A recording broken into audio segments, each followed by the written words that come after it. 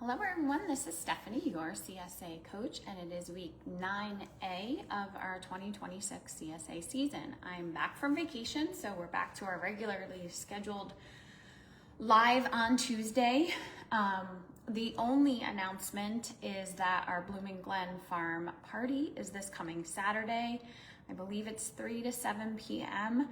And if you haven't, or if you plan on going and know that you're going, please RSVP to Trisha and let her know that you're coming. I believe it's a $5 ticket charge. Lots of activities, lots of fun things happening on the farm this Saturday. So if you can go and you're free, make sure you RSVP. Okay, jumping right into this week's share, we have Swiss chard. Swiss chard is gonna go in a large Debbie Meyer green bag in the fridge.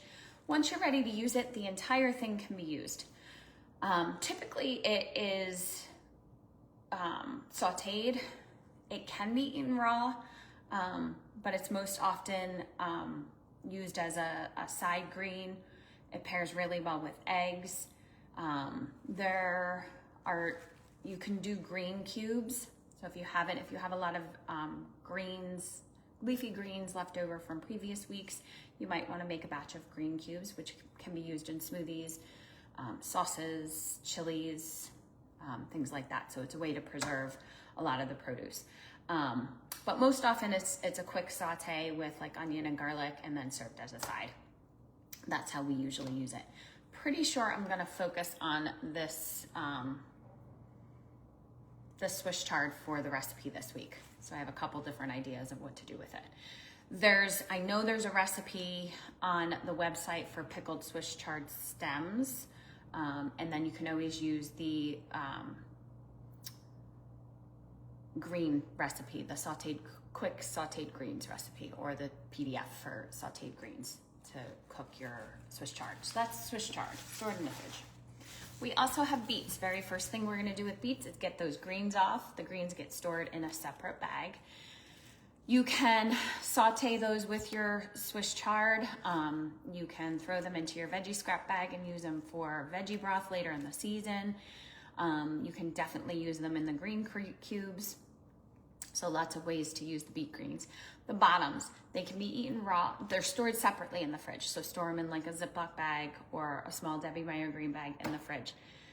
You can eat them raw or you can cook them. So eating them raw, I typically either thinly slice them or shred them and put them on top of salads. You can roast them. There's multiple recipes for roasted beets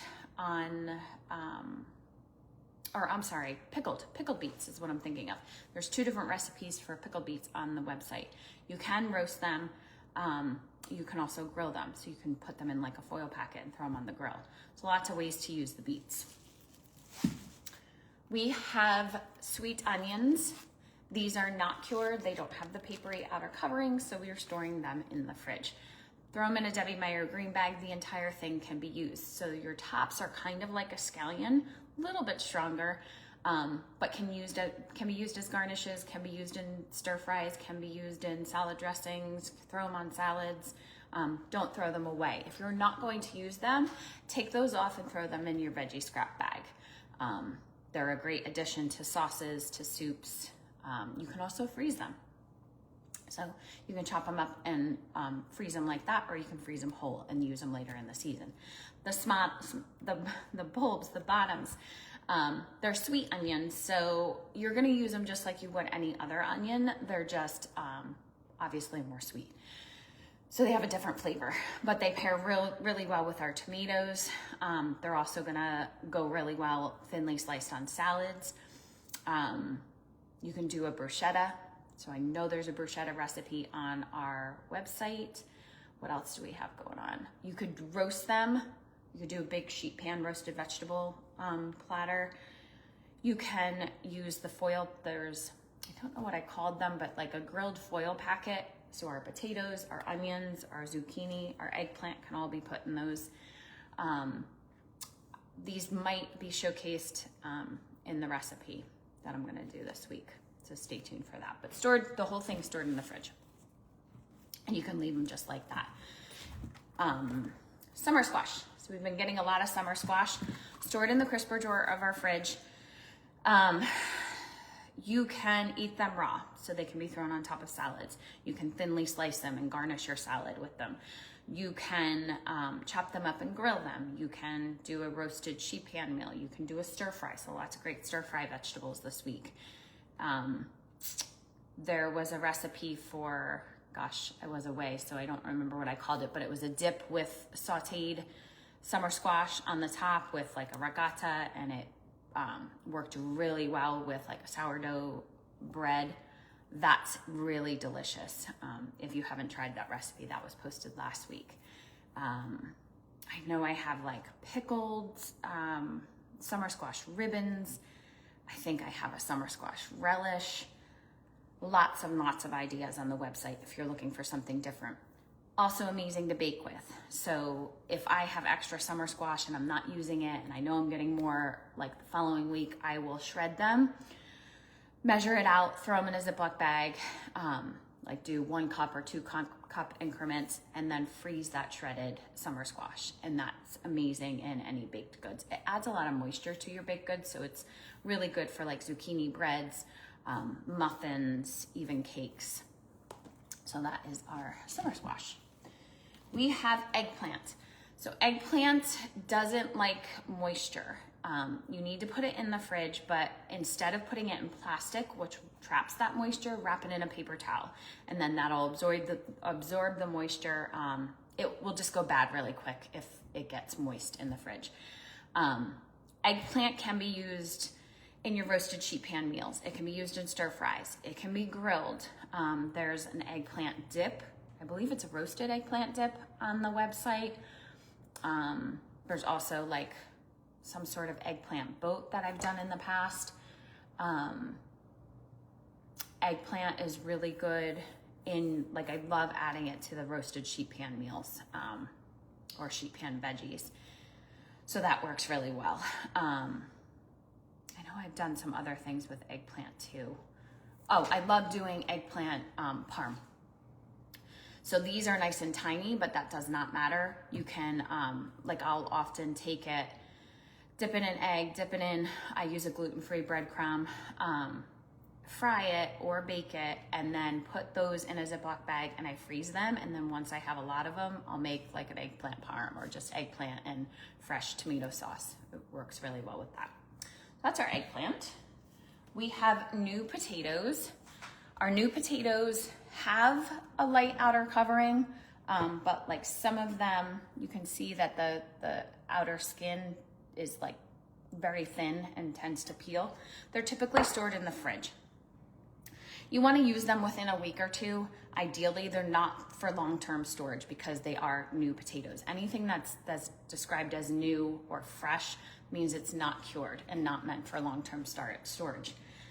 These can be used for anything you would use a potato for. So amazing for hash browns for breakfast. Fantastic in a roasted sheet pan meal. Just fantastic as a side. Like last night we did a roasted potato bowl with potatoes and ground beef and some other veggies and just kind of make a bowl. We do a lot of bowls.